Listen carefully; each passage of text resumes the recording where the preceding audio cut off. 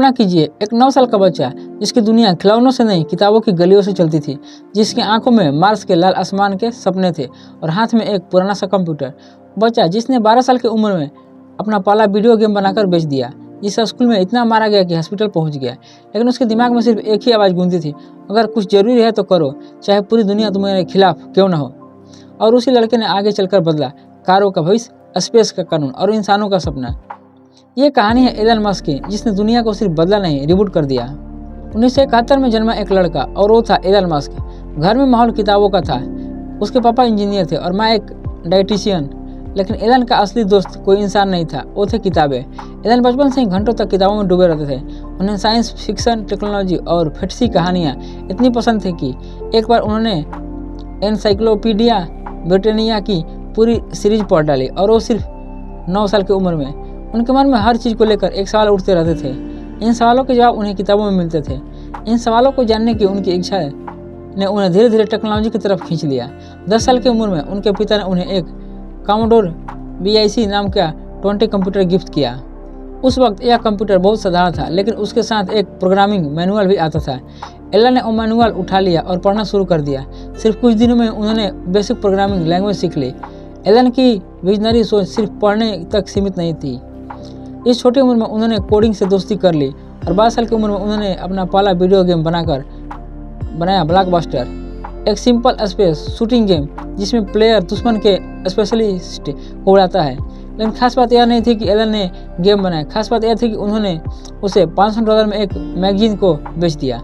Elon को सिर्फ coding या गेमिंग की नॉलेज नहीं थी, वो दुनिया को बदलने के विजन से साथ बड़े हो रहे थे।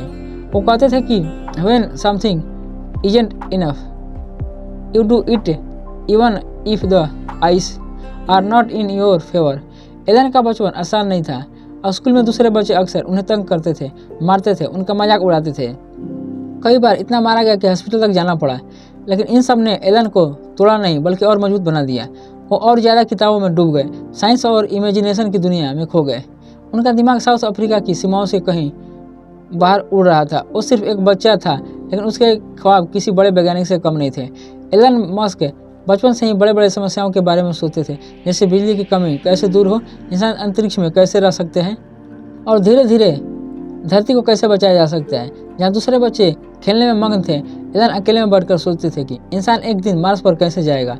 वो बचपन से इस बात को लेकर परेशान रहते थे, अगर एक दिन धरती खत्म हो गई तो क्या होगा। इन्हीं सवालों ने उनके अंदर एक आग जलाई, कुछ नया करने की, कुछ बड़ा करने की, और इसी सोच ने उन्हें साउथ अफ्रीका से उठाकर अमेरिका तक पहुंचा दिया। एलन ने सिर्फ अपने बचपन नहीं देखे थे, उन्होंने उनके लिए सब कुछ छोड़ने का फैसला किया था, क्योंकि उन्हें पता था कि अगर असली बदलाव लाना है तो उन्हें वहीं से शुरू करना होगा जहां दुनिया बदलती है। सिलिकॉन वैली से उन्होंने सबसे पहले कनाडा का रास्ता चुना, क्योंकि वहाँ की नागरिकता उन्हें अपनी माँ की वजह से मिल सकती थी। टोरंटो की गलियों से लेकर वैंकूवर की सड़कों तक एलन ने कई छोटे मोटे काम किए। 40 डिग्री में बिना शिकायत के काम किया, क्योंकि उन्हें पता था कि यह तकलीफ बस एक पड़ाव है, मंजिल तो बहुत आगे है। उन्होंने खुद को उस रास्ते पर चलाने के लिए तैयार कर लिया था। किसी भी हालत में, किसी भी कीमत पर वो डटे रहे। कनाडा में रहते हुए उन्होंने क्वींस यूनिवर्सिटी में पढ़ाई शुरू की और फिर 2 साल बाद अमेरिका की यूनिवर्सिटी ऑफ पेंसिल्वेनिया से उन्होंने ट्रांसफ़र ले लिया। कॉलेज के दिनों में भी एलन सिर्फ किताबों और लेक्चर्स में नहीं खोए रहते थे। वो अपने भाई किम्बल मस्क के साथ मिलकर बिजनेस आइडियाज पर भी काम करते रहते थे। उनके दिमाग में पहले से ही फ्यूचर का इंटरनेट, रिन्यूएबल एनर्जी और स्पेस ट्रेवल घूम रहा था। लेकिन अमेरिका आकर भी कुछ आसान नहीं था। पैसे कम थे, रहना मुश्किल था और सपने बहुत बड़े थे। एलन कई रात बिना नींद के बिताते थे। शुरुआत में हालात बेहद ख़राब थे। इतना पैसा नहीं था कि अपार्टमेंट किराए पर ले सके। दिन रात कोडिंग करते थे, कभी प्रोग्रामिंग करते हुए, कभी सोचते हुए कि दुनिया को बेहतर कैसे बनाया जाए, और फिर उसी कंप्यूटर पर सो जाते थे। लेकिन उनके आइडिया में दम था और इसी सोच ने जन्म दिया उनके पहले स्टार्टअप को, जीप2। यह वो समय था जब इंटरनेट नया था और दुनिया को यह भी नहीं पता था कि आने वाले कुछ सालों में यह हमारी ज़िंदगी का सबसे बड़ा हिस्सा बन जाएगा। एलन मस्क की मेहनत रंग लाई। उनकी पहली कंपनी जीप2, जो अखबारों के आगे लिखी एक सिटी गाइड सॉफ्टवेयर बनाती थी, वो तेज़ी से ग्रो करने लगी। 90 के इंटरनेट बूम के दौर में यह एक क्रांतिकारी आइडिया था और एलन की कोडिंग स्किल्स और विजन ने इसे हकीकत में बदल दिया। कंपैक्ट ने जीप को 37 मिलियन में खरीद लिया और एलन को इस डील से मिला लगभग 22 मिलियन। इतनी रकम उन्होंने पहली बार देखा था। लेकिन यहाँ से उनकी जर्नी खत्म नहीं हुई, बल्कि असली शुरुआत हुई। लोग इतने पैसे के बाद आराम करने लग गए थे, लेकिन एलन के दिमाग में अभी रुकने का नाम नहीं था।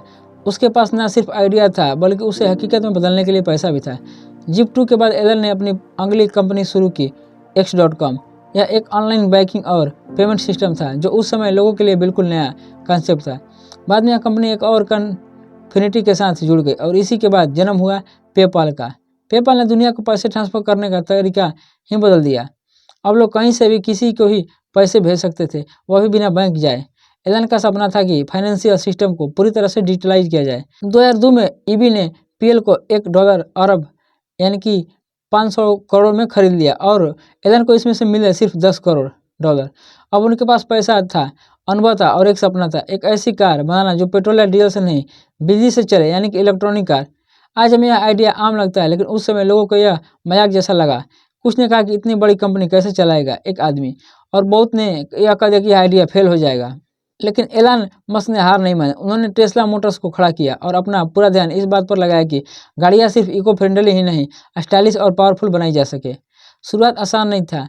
टेस्ला की पहली कार रोडस्टर को बनाया एक बहुत ही बड़ी चुनौती थी।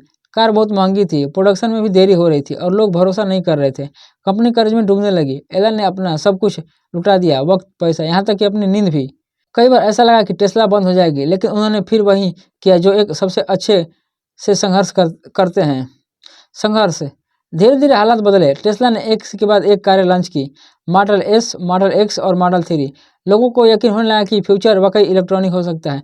आज टेस्ला दुनिया की सबसे बड़ी इलेक्ट्रॉनिक कार कंपनी है, लेकिन इसकी नींव रखी गई थी संघर्ष और पागलपन भरे विश्वास से। एलन मस्क ने एक बार फिर कहा था कि अगर कुछ बहुत जरूरी है तो आपको करना चाहिए, चाहे हालात आपके खिलाफ ही क्यों न हो। लेकिन यह खत्म नहीं हुआ। उनका सपना था। टेस्ला के बाद एलन मस्क ने अपने सारे पैसे दांव पर लगा दिए, एक ऐसा सपना पूरा करने में जिसे सुनकर दुनिया और जोर से हंसी। उन्होंने कहा, मैं चाहता हूं कि इंसान एक दिन मंगल ग्रह पर बसे।